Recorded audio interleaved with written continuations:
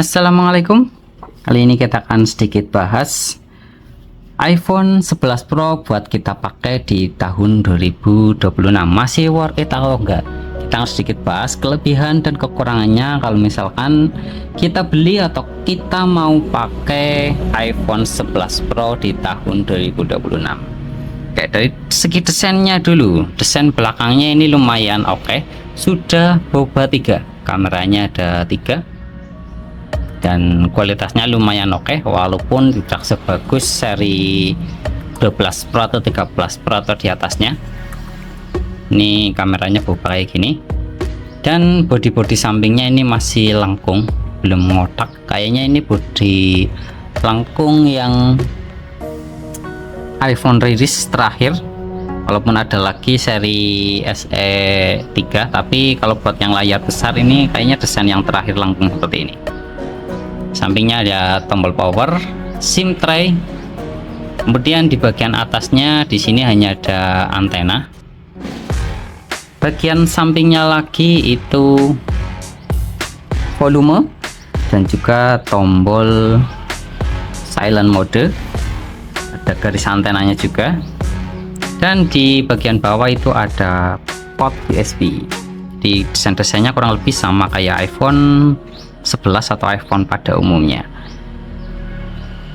Buat chipsetnya sendiri, chipsetnya ini memiliki chipset Apple Bionic A13, jadi sama kayak iPhone 11 Pro Max atau iPhone 11 Basic atau iPhone SE 2. Yang jelas iPhone 11 series itu chipsetnya sama semua, pakai Apple A13 Bionic. Sedangkan layarnya sendiri ini ukurannya lumayan nyaman di tangan.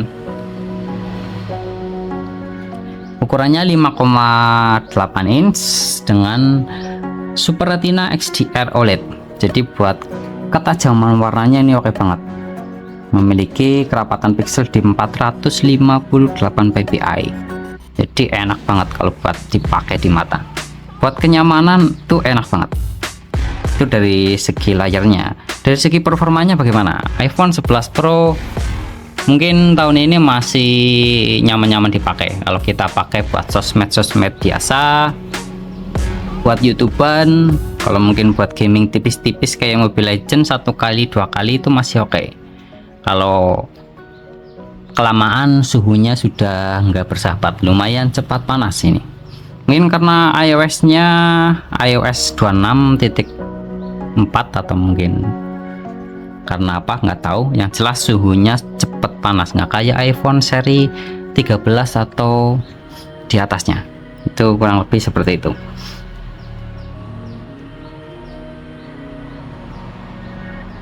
Kalau buat desainnya saya kira ini lumayan enak di tangan, compact banget, tidak terlalu besar, pas banget di tangan. Mungkin dari segi iPhone seri lain kayak 11 Basic atau mungkin 12 atau 13, ini paling enak di tangan karena nggak kegedean. Buat ngetik enak banget, pas banget di tangan. Mau ngetik 1 tangan atau mungkin 2 tangan itu enak banget. Layarnya itu enak banget, itu enak banget, itu masih nyaman banget.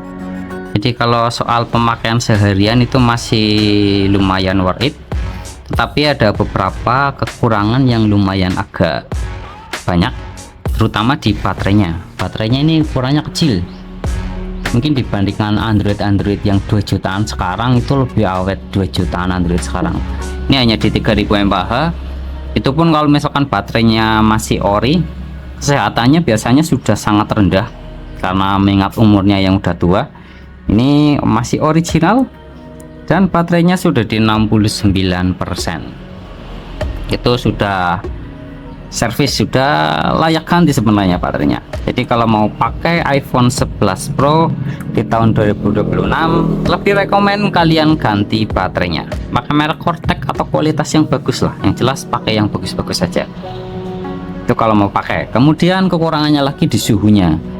iPhone 11 Pro ini suhunya cepat panas, terutama kalau kalian pakai data seluler atau buat gaming Mobile Legends 1 match atau 2 match itu sudah terasa panasnya, jadi nggak rekomen banget buat gaming.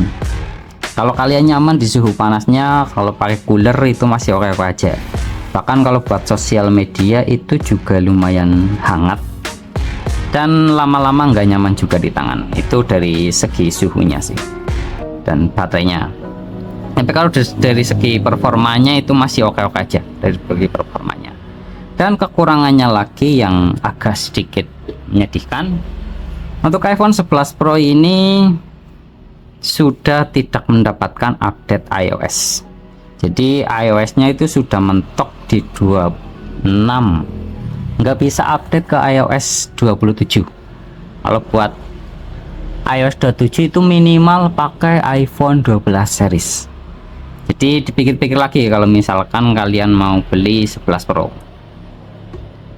karena sudah nggak dapat update iOS. Kalau mungkin update keamanan itu masih dapat lah, update keamanan, tapi kalau buat iOS terbaru itu udah nggak dapat karena memang sudah cukup tua umurnya.